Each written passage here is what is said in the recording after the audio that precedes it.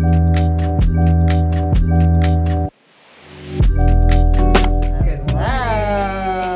morning. It's so fun to be back because we didn't get to do it last week. I know, it was kind of weird. I got so used to that. How long have we been doing this now? Like a month, like over a month, maybe like a month and a half, maybe 2 months. This might be 2 months. Really good sense of time. Keep going. Maybe a year. I don't know. Where am I? What's my name? Hi. ADHD sense of time. Oh my God, I know. I don't have any sense of time. I don't. The best is that you ask me all the time, like, when is this? What time is that? How long has it been? And I just say things, and I'm like, I don't really know. Like, what do you think? Wait. That's like in general, though. Any question that I ask you, you answer. Whether you know the answer or not, it's questionable. I think I've raised myself over the years to just answer no matter what. Like, it really doesn't matter if it's right or wrong. But what if you're wrong? Then I'll own that. I'm like, oh, well, I didn't know anyway. I'll own being wrong, but I'd rather say something and be wrong than not have an answer at all. What's funny is I don't think I even discovered that until year 8? I think, maybe year 10 even. It might have been halfway there. We've been together for almost 20 years. How do you know all the answers to everything? I'm like, I don't know. I'm just brilliant. Yes, but now I have a lot of more like self-knowing and knowing that I'm incorrect a lot of the time. So special. But I do a lot of research. Yes, you do. Which is why I always think you have the answer. You're my it's like Carrie's notes, my walking encyclopedia. I try. Oh my God. What? My friend Mel, she's been listening to the podcast and she's like, I started laughing. I almost spit out my coffee when you said encyclopedia. Encyclopedia. It's like, no, do you nobody remember knows. those? Remember those? What are those? I know. I put up like a boombox gif on one of our stories, and I was just like, oh, like this. Oh, I got all nostalgic for pressing the button. And you remember did you ever do this where you were trying to tape the song off the radio? Yes. And the DJ always messes it up for you because they're always talking over the intro, and you're just shut up, and then you're ready, and you're and then you press record, and then you get the song, but then there's some ad that comes in at the end. They won't know. They just won't know. I didn't really do that as much. I don't think I really listened to the radio as much. You just made me mix CDs. Do you remember the mixed CDs? Yeah, behind closed doors. So you made me this is when we first started dating, really, first got to know each other at work. And you dropped off 2 CDs at my office, which was 10 feet away from your cubicle. So it's really funny. You had just gotten promoted to director. I'd just gotten promoted. And I was like, yes. You were kind of ignoring me a little. We didn't really know what to do because we knew we liked each other, but things were complicated. And so you just dropped off these 2 CDs, and one was I forget what the title of the not behind closed doors one was. Oh, I don't remember. Do you even still have them? I don't know. Threw them away. So. Oh, it's okay. Actually, they might be in the pile of. We have a pile of electronics in one box downstairs, and they very well might be in there. Know, it might be. No, I don't think so. I've gone through those things. We don't have a CD player. No, is the other thing. So maybe in the car. We can play it in the car. Behind closed doors. This is stupid. So oh, wait, full disclosure, you're not the only one I've ever made a mixed CD for. Oh, wow. Yeah. Don't but play, that play cover, though, game. That cover, that was original, just for me. Just for you. She said that to all the girls. Well, it was behind the closed doors because it was still secret. I know. Yeah. I got the double entendre. Yeah. So there was double entendres during that time. I mean, there's always double entendres, but you had but that on, time of your my hat. life. Do you want to tell them about your hat that you used to wear during that time? Let's set the stage. This is 2005. Oh my God, 2005. So what? I was 25. And we were going out to bars a lot, and we thought we were really smart and funny. So smart. Clever, really clever. So dumb. But so before I met you, I would work in these places, and everyone knew I was gay. In corporate places. In corporate places, Condé Nast, Sony Music. Well, Sony Pictures Digital. I can't remember. I was out. No, people knew I was out. But when I went to Condé Nast, and it's I worked for a bridal group, so it was flooded with women. My friend Russ, I think, was one of 3 men who worked in the department. Kind of makes sense. And he was the one who got me the job. Thank you, Russ. But they threw Like everyone knew who I was. Everyone knew I was gay. And then there was like the holiday party. Like it was massive. It was like a wedding in itself. Like they rented limousines to like go from one place to another place. It was ridiculous. The amount of they don't money. do that anymore. That's like, do they not? I don't think they I don't do. know. Maybe at Condé Nast. Yeah. Yeah, I know. Budget cuts. But I don't know what happened, but all of a sudden I kept getting cornered by different people. Like, hey, I'm bisexual. I'm like, cool, good for you. Thanks for telling me. Thanks for telling me. And you know, and by people you mean like women that were like straight in the office, yes. like that, as far as you knew, were not gay. They didn't like, they weren't out telling people, right. And like half of them were married. Yeah. So I'm just like, why? What am I supposed to do? What with do this you want me to information? do? I'm like, I'm sorry, but like there was one female that was like, you know, married, but they had an open relationship. Wow. And so, you know, we slept together. It's weird to even say this out loud. Hello. I did the sexual relations with people. Other than me, it's been like 20 years. I know. So it's like really so funny. long. I'm like, oh. So my friend Matthew, so wonderfully, and like it happened with a couple other straight people, not at Condé, but like just out. And so my friend Matthew made a pink hat for me, and it was pink because that's ironic. I don't really wear pink.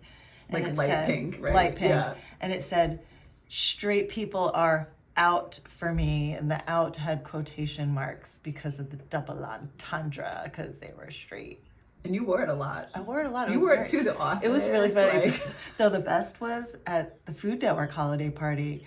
I wore it, and this was back when I smoked cigarettes. Mom, don't listen to this. Man. And yeah, I know, right? Weird. That was like, wild days. Whoa, I smoked cigarettes. Vaping didn't exist yet. So I was smoking cigarettes with the president of Food Network at the time. And we're hanging out, which I'm just like, okay, cool. Hanging out with the president. Used to just happen, you know. Hanging out with the president of Food Network. And she looks at my hat. And she's like, huh, is that a double entendre? I'm like, sure is. That's it. And I was like, the end of the conversation. I threw a cigarette out. Went back inside. Gotta go. Gotta go. This is weird. But ironically, I lost that hat the night we got together. Yes. Because I threw it Holiday out the window. Just kidding. I don't know what happened to it. I know. We really don't know what happened to it. I think, you know, during that time I lost a lot of things. Hats, you know, boyfriends, you know, lots of things. Thanks for making me tell that story. Happy Friday. I know. Wow, we kicked that off. Like, it's like a hot one. One day we'll have to do our full story. Yeah. The secrets. The Not secrets. Today. Not today. I can't. They're not really secrets. I told one. We've done so many already. interviews over the years that I feel like we've told literally our entire story. Like, you just go look on Huffington Post and you can find everything. That's crazy. That still makes me laugh. I was like putting together my CV because, you know, I'm trying to get a professor job and, you know, because why not? Yeah. And I put on my CV like the press that I've done. I was like, oh, wow, I've actually done some press. You have. Weird. Nothing to do with design. Just your life. We just talk about our life and our fertility journey, you know, things like that. Fine. Yeah. Super secret. Well, we just want people to know. You know? Yeah. Well, it's just spreading the word that, like, you know, we're people too. Yeah. Yeah, and that is, like, it's hard, you know, Yeah. but things happen, and sometimes you end up with two beautiful children Oh, they're so funny. who are so fun, and they So had freaking yesterday funny. off, and we were with them all day, and we went on this gorgeous hike. I know. Oh my God, it was so Upstate New York stunning. is beautiful. Central New York has beautiful places. I know, and it was reminding us so much of Oregon. Like, I felt like we Yeah. were in, like, the gorge all of a sudden, like the Yeah. Columbia River Gorge, but it was, like, this cute little gorge that was much more manageable. And they, like, Not as frightening as. and there was like a boardwalk. Like, there's something about New York State where they're like, you can go hiking and we're gonna make it really nice and easy for you. Whereas like in Oregon, they're like, there's no railings, like at your own risk. Like, So scary. yeah, I know. which is, you know, both are viable for different reasons. I know. It's like almost. There are so many safety. Yeah, here they don't play around with that. Yeah, they're like, do this way now. And then we started to go uphill to like an overlook, and that's when we lost the kids. That was like, they did not want to walk up a big hill. Neither did you. So. That and my hip. Yeah. Oh, yeah. OLD kicking in.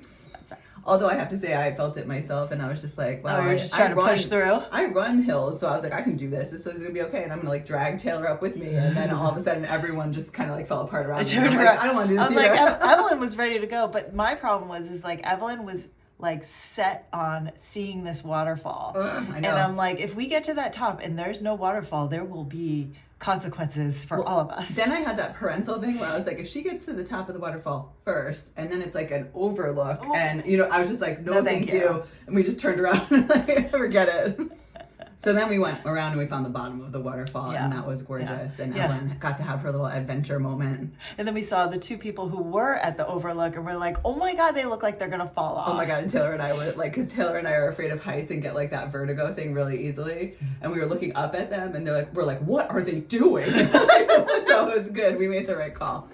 But Evelyn it's so interesting now with Evelyn, because she wants to like do brave things, and she wants to like go across the stream, and she wanted to like wet her little like towel in the water. She did it so carefully. That was so sweet to watch. I was waiting for that thing to be accidentally let go and go down the street. I was ready to kind of like dive in after it a little bit, but it wasn't. What you saw is like sweet was her like basically like, mommy, I need your help.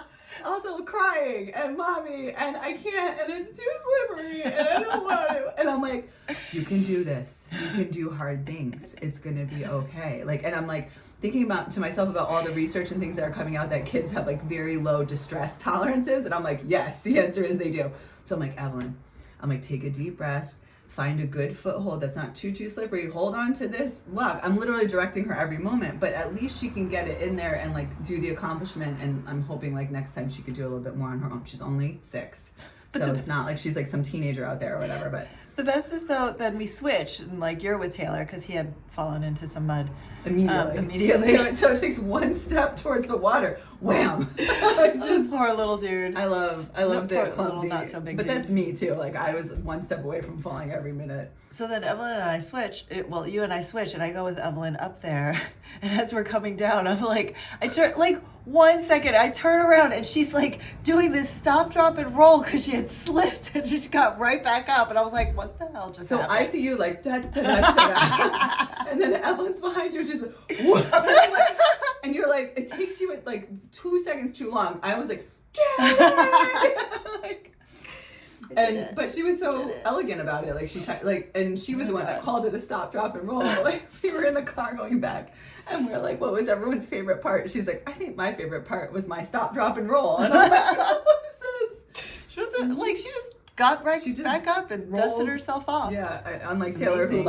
Who he slips and he's like, the world is ending.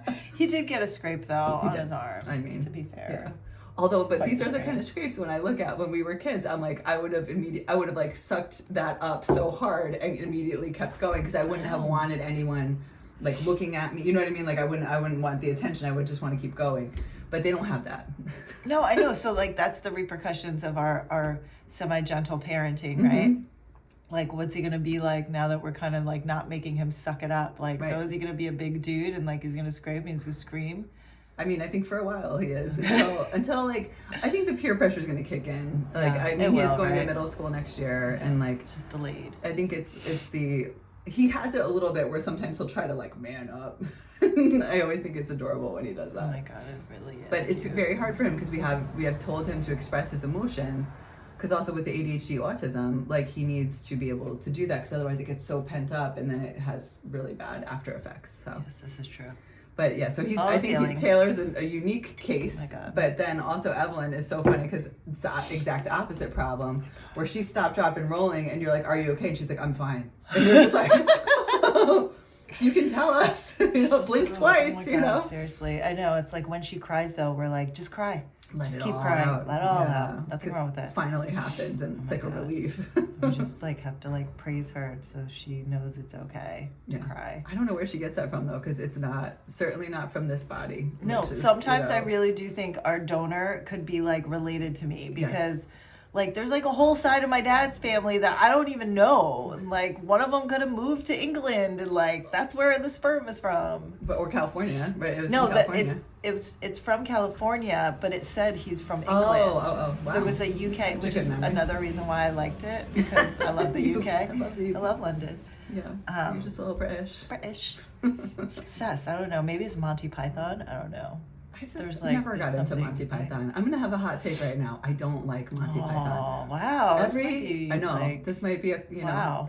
people might get mad about it, but every boyfriend I ever had forced me to watch Monty Python, and I was like, "Isn't this so hilarious? Life of Brian," and I'm like, I hate every moment of this. I'm sorry that like they ruined this for you.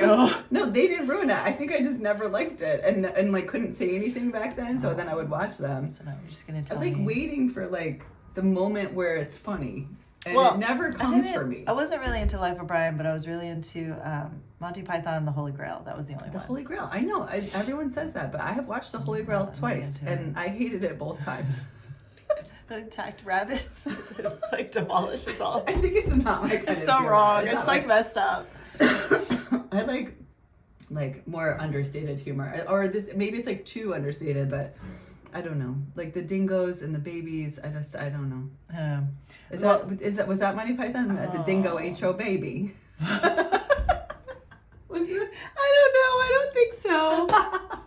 That doesn't sound like it. I think But it I is. could be wrong. Yeah. It's been a while since I Yeah. watched Well, any of our 80 Yeah. followers, feel free to comment. Tell us what movie the dingo ate your baby is from. it. Oh. I feel like my sister. No, but would like know. like the British shows, like I mean, The Office was actually originally a British show, which they remade here. It's surprisingly super successful. I feel like the. But Fleabag. I mean, that's we were just fine. telling this So good. to friends the other night. Like Fleabag's so good. It's so good. Well, see, that's like witty and clever and has context and like meaning and like Yeah. is flipping I get norms it. and doing all the things that I really like. I need a tissue. Bye. I need a tissue. But Oh, you know what we forgot to do? what? We forgot to put a blanket down.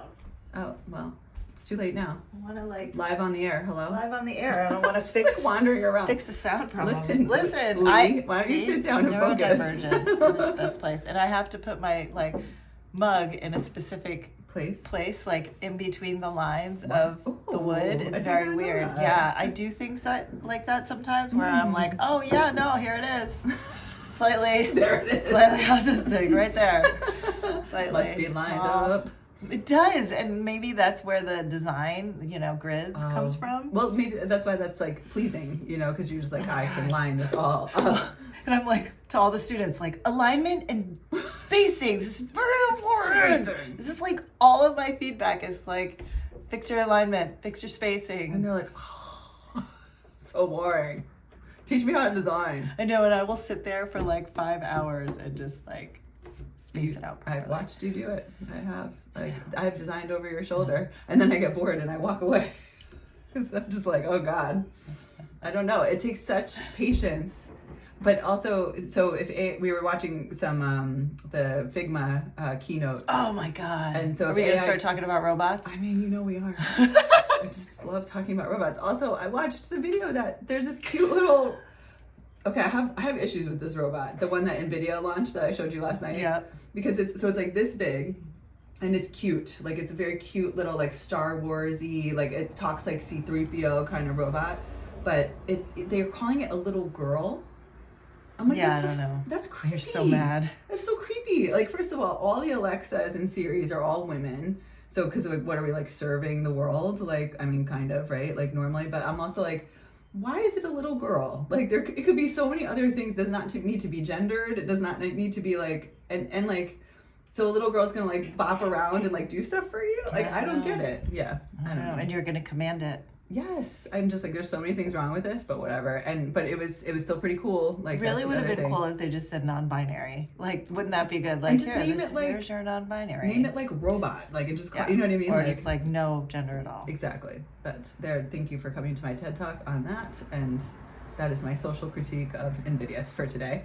But I think that the robots, I was in the airport in Denver, And I texted you That was a video, crazy. and That I was posted crazy. it too because I was just totally freaked out. Like I was sitting at the gate, and I just heard this like very light beeping noise. Like Was it annoying? No, it was just like a gentle beep, and like because you know when somebody's driving someone in the airport and it's like beep beep, like get out of the way kind of stuff. This was just like a beep, beep, beep, like a cute beep, and I was just like you're about to hear like a beep up, beep, beep, and it was just this cute little. It was a chair. Like a chair that would help someone who needed assistance kind of chair. But it was driving itself somewhere. And the beeping was so that everyone would get out of the way because it was a robot chair. So how's somebody going to know, like, that chair's for me? But like, it felt like, I don't know, this was all unspoken because it's not like it was explained what was happening. That the chair had dropped someone off, maybe with a human, but now needed to go somewhere else on its own. Like it was wild. I was just like, cool, nothing to see here, just a robot chair. So it's obviously controlled by somebody or programmed by somebody. So is there just somebody in a closet door just like? Yeah, no, I think there's a control room somewhere. Again, I asked you a question. You probably don't know the answer, and you totally answered it. But I'm like, yes, there's a control room somewhere. But there probably is. It's a good chance. Instead of enough controllers to, figure out the map like of maybe airplanes. some person on their phone that can control it. I don't even know, But that's my evidence that robots are coming. Somebody just standing behind it, walking with it with the phone. That'd be pretty funny. But that happens on a golf course, where you can have a phone app to control your golf bag. So there's like golf bags that now are remote controlled. So you can just say like go forward, and your golf bag pushes forward on its own. God forbid you have to have your human hands on that golf bag to push it forward. I know. The level of convenience is kind of like, what are we actually going to be doing? I don't know. Like, what's going to be left for us just pushing to do? buttons. That's all we do. That's all we're going to do. The more research I do and the more I listen to what's happening in these AI companies, I'm just like, they already know what they have. And it's going to freak people out. And the thing is not like if it's going to launch, it's when and how, because they don't want to freak everyone out too much because they want you to like buy all their stuff. So, yeah, that's the summary. Cool. Robots. Yeah. Robots, done. Not really, because it'll come up again.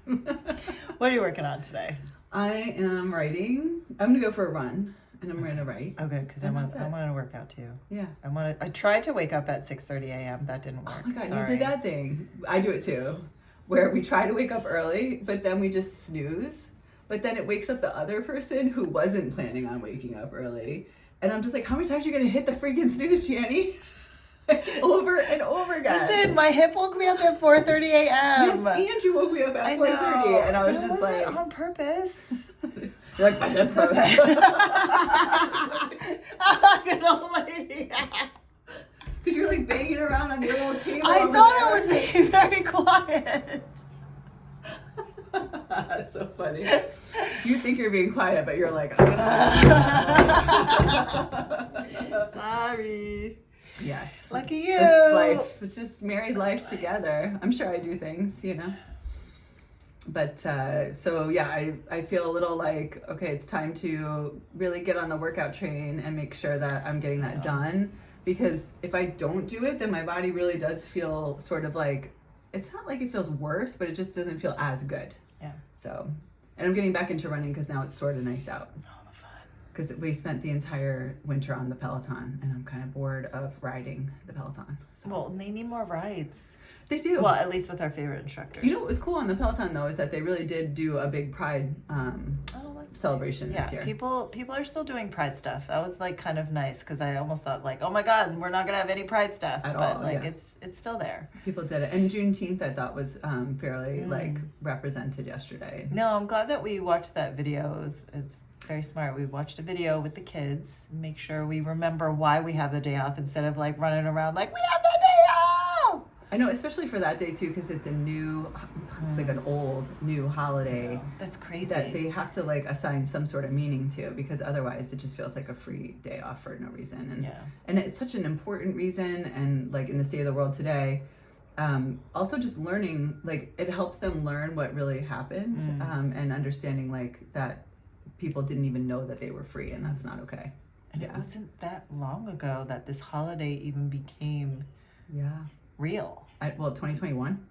But also thanks to Opal Lee, she was a activist for decades trying to get it to be a federal holiday, and she was right. So it's amazing. Yeah, so we did that, and I'm always totally blown away with the level of understanding that our kids have for stuff like that. Like Evelyn's pulling out Ruby Bridges, Taylor's pulling out Rosa Parks, and I'm just like, oh, it's gonna be okay. Kids. It's gonna be okay because they don't get it like all the way. Certainly, like we're all still learning. They know about it. They get some. They're like good for where they are right now. No, they both know that like we need to treat everyone with respect. Well, because I think they feel it, because there are times when they are singled out, and why don't you have a dad, is something that is said to them. Like Taylor gets it, I think, more than Evelyn does. I would venture that kids are more intimidated by Evelyn and don't like come after her about stuff like that often.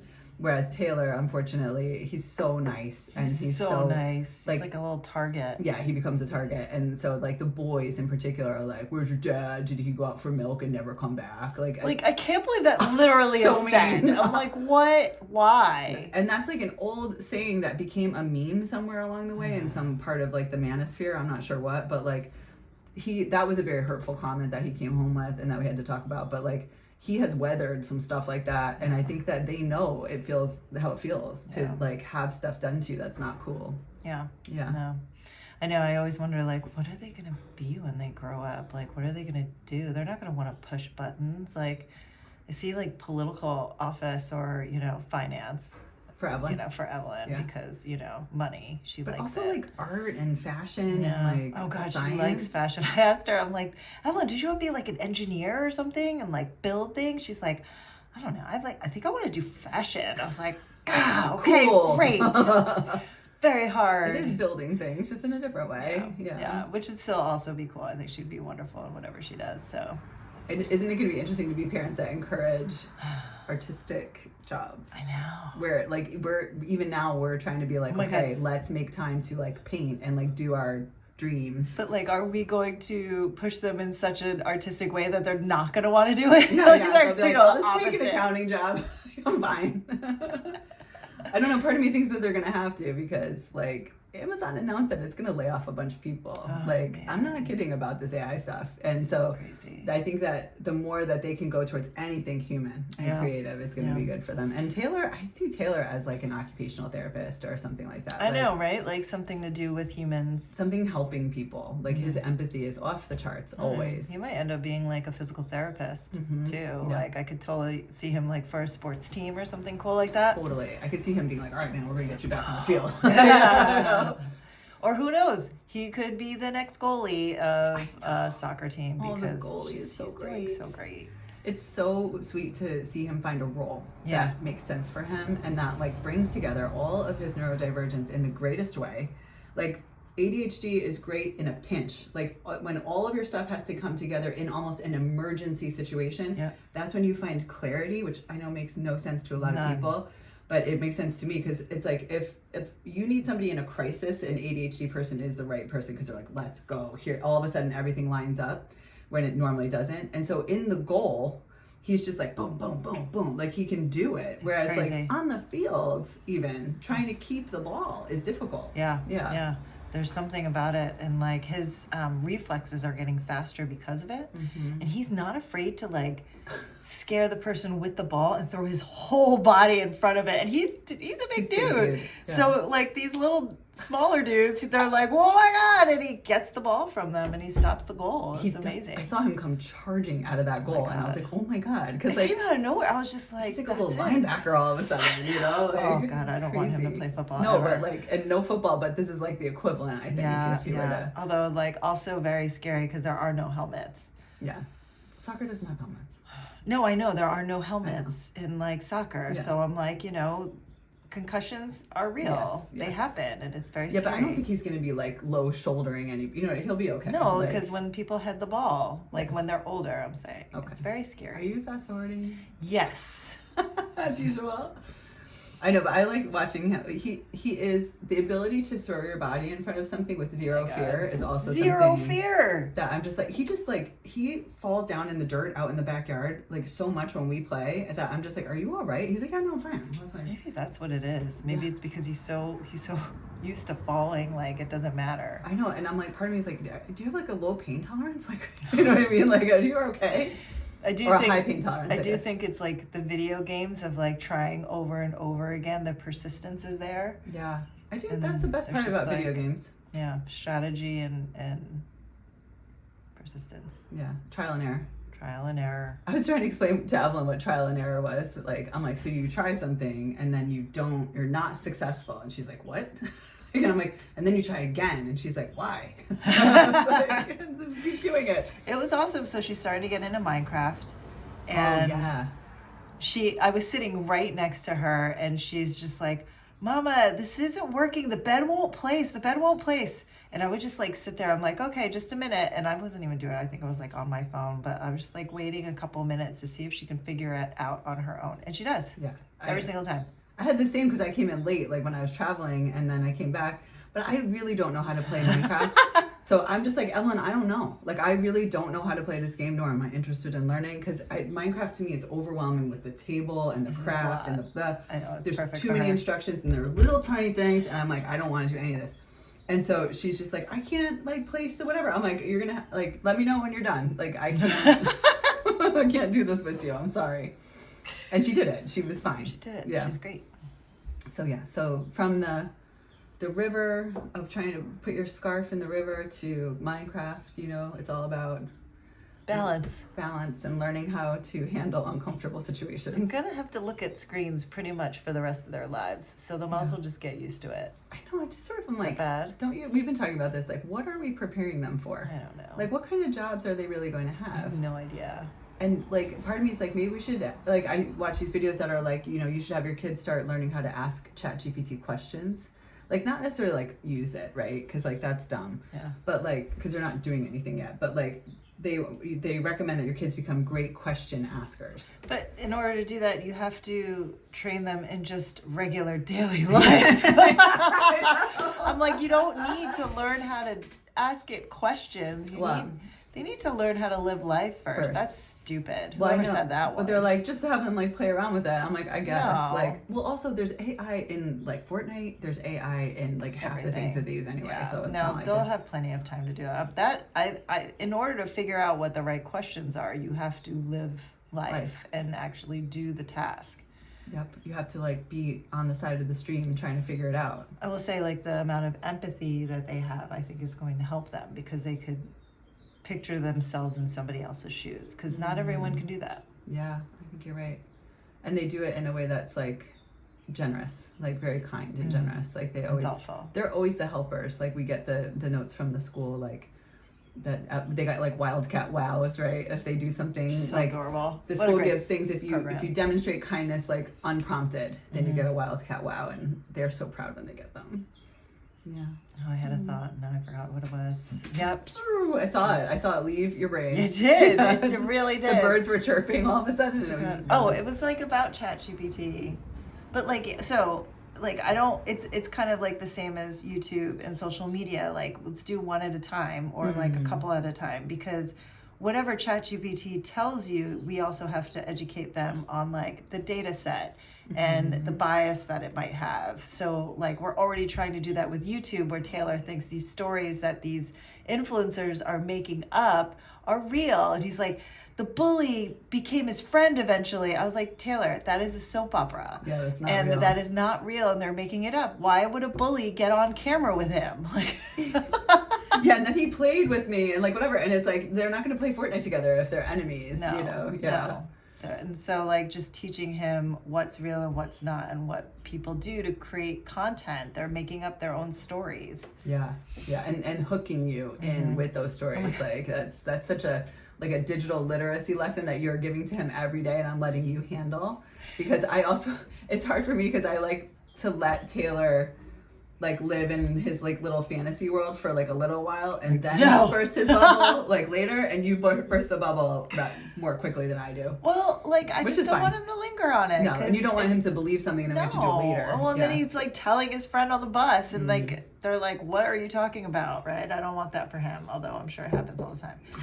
But I lost lost it again. Oh my God, are you okay? No. Come back to me, Jannie. I hate brain fog. I know. It's the worst. I know. Well, we've had quite a busy week. It's Friday, and we're kind of like... It's Friday. And I woke you up at 4:30 a.m. and then again at 6:30. That's why. Happy Friday. And then we have a busy day tomorrow because we've got Pride tomorrow. We do. CNY Pride. Yeah. It's going to be exciting to be there. Yep. I'm going to be doing volunteer photography and maybe a little video. I'm going to do my best. I feel like the best thing about Pride is going there and remembering just like why we're doing what we're doing, you know, in so many ways. Like, because I mean, it doesn't change, like, we're going to be gay regardless, right? Like, that doesn't, it's not up for discussion, but it's also like when you're surrounded by other people who are in the queer community with you and you see how different everybody is. Everyone is so different. And I just am like, I think that that's the lesson of LGBTQ life, is that we are all very different within this umbrella that we have been put in, and we can figure out how to function together. Like the gay men that we work with have very different agendas than the lesbians, than people who are trans, than people who are intersex. Like, it's just so varied. And then you have everyone, like, the different things that they like and the identities that they want to put forward, and they're all super diverse. And then basically everything is led by drag queens, because drag queens lead the LGBTQ community in so many ways, because the way that they put themselves out there in the world is always very spectacular and brave. And then we all march together in a parade, and we go to an event together, and it feels like Pride. We feel like we are proud of who we collectively are. And it's incredible to me that people can't get how hard that is. Like, these are disparate groups that come together to do this thing because it's the right thing to do for all of us. And so that collective power is really, it makes me really excited to see that every year. Which reminds me, I need a new Pride shirt. Oh, yeah. I mean, fashion is important. or you cut up your old one or something, Jannie. Yeah. I might make it like a muscle tee, because you know how I love doing that. That seems right for you. Yep. Yeah. Okay, I can feel you wrapping me up. Yeah, I want to go work out, and I'm still mad that I forgot what I was going to say earlier. Put it in the comments later. Never gonna remember. You're not gonna do that. Okay, bye. Bye.